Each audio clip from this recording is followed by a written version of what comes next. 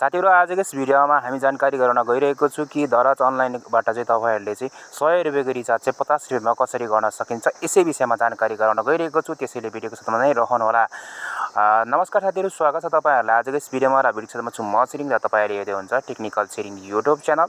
र भिडियोलाई अन्तिमसम्म हेर्नु होला र भिडियोलाई स्किप नगर्नु होला। तपाईहरुलाई स्टेप बाइ स्टेप सम्झाउने छु कि दराज अनलाइनले चाहिँ तपाईहरुलाई 100 रुपैयाँको रिचार्ज 50 रुपैयाँमा कसरी गर्ने यो सम्पूर्ण जानकारी दिनेछु। सो लागौँ भिडियो स्टार्ट गर्नतर्फ। भिडियो सुरु गर्नुभन्दा पहिला तपाईहरुले अझै पनि भिडियोलाई लाइक गर्नुभएको छैन भिडियोलाई लाइक गर्नु होला। त्यसपछि तपाईले चाहिँ यहाँनेर रातो सब्स्क्राइबको बटन देखिरहनु भएको छ भिडियो हेरेको मुनि, त्यसलाई रातो सब्स्क्राइबलाई प्रेस गर्नु होला। त्यसै तपाईले यहाँ बेल आइकनलाई प्रेस गरेर तपाईले अल नोटिफिकेसनलाई ओपन गरिदिनु होला। त्यस्तै गरी तपाईको मुनि एउटा कमेन्ट बक्स आउँछ, यसमा कमेन्ट बक्समा क्लिक गर्नु होला। त्यसरी तपाईले यहाँनेर लेख्नु होला NICE नाइस, अनि त्यसै तपाईले भिडियो लेखेर तपाईले लाइक बटन गरेर तपाईले यहाँनेर सेन्ड गर्न सक्नुहुनेछ।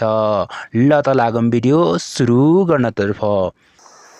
अब साथीहरु, दराज अनलाइनबाट तपाई यदि रिचार्ज कार्ड गर्न चाहनुहुन्छ भने सबैभन्दा पहिला चाहिँ 100 रुपैयाँको रिचार्ज कार्ड तपाईले 50 रुपैयाँमा गर्न चाहनुहुन्छ भने चाहिँ पहिला गुगल प्ले स्टोरलाई ओपन गर्नु होला। ओके, सो गुगल प्ले स्टोरलाई ओपन गरेर तपाईले यहाँनिर लेख्नु पर्ने हुन्छ दराज। ओके, दराज लेख्नु होला। त्यसपछि तपाईले यहाँ देखिरहनु भएको छ एउटा दराज अनलाइन शपिङको एप खुल्ने छ। त्यसपछि तपाईले यो एपलाई ओपन गर्न जरुरी छ अथवा यसले चाहिँ खुल्नु होला। यहाँनिर बनिएको छ दराज ह्याप्पी शपिङ भनेको छ। तपाईहरुले अब यतातिर कुनै फिचरतिर टच नगर्नु होला।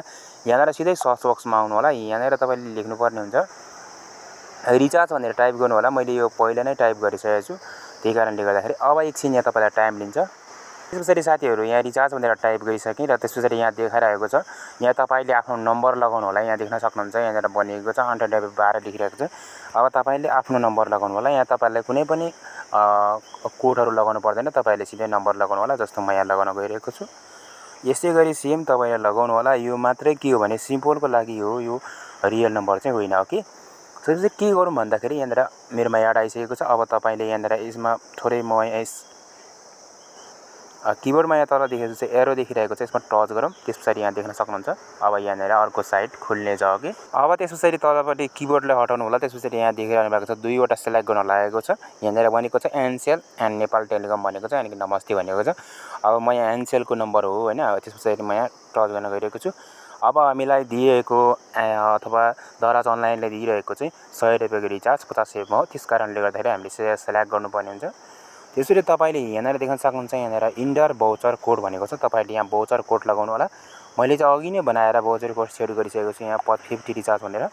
तपाईले यो लगाउनु होला। यो भ्यालिड छ कि छैन म यहाँ एप्लाई गर्दै हेर्दै छु हैन।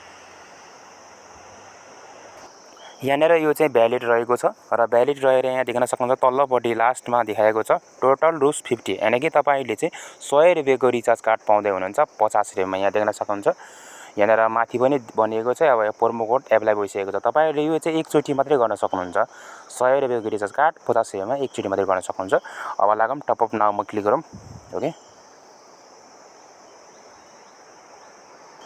अब यहाँनिर बनिएको छ तपाई यदि ई-सेवा मोबाइल बैंकिङबाट गर्न चाहनुहुन्छ अथवा भिजाबाट गर्न चाहनुहुन्छ अथवा आइएमई पे गर्न चाहनुहुन्छ भनेको छ।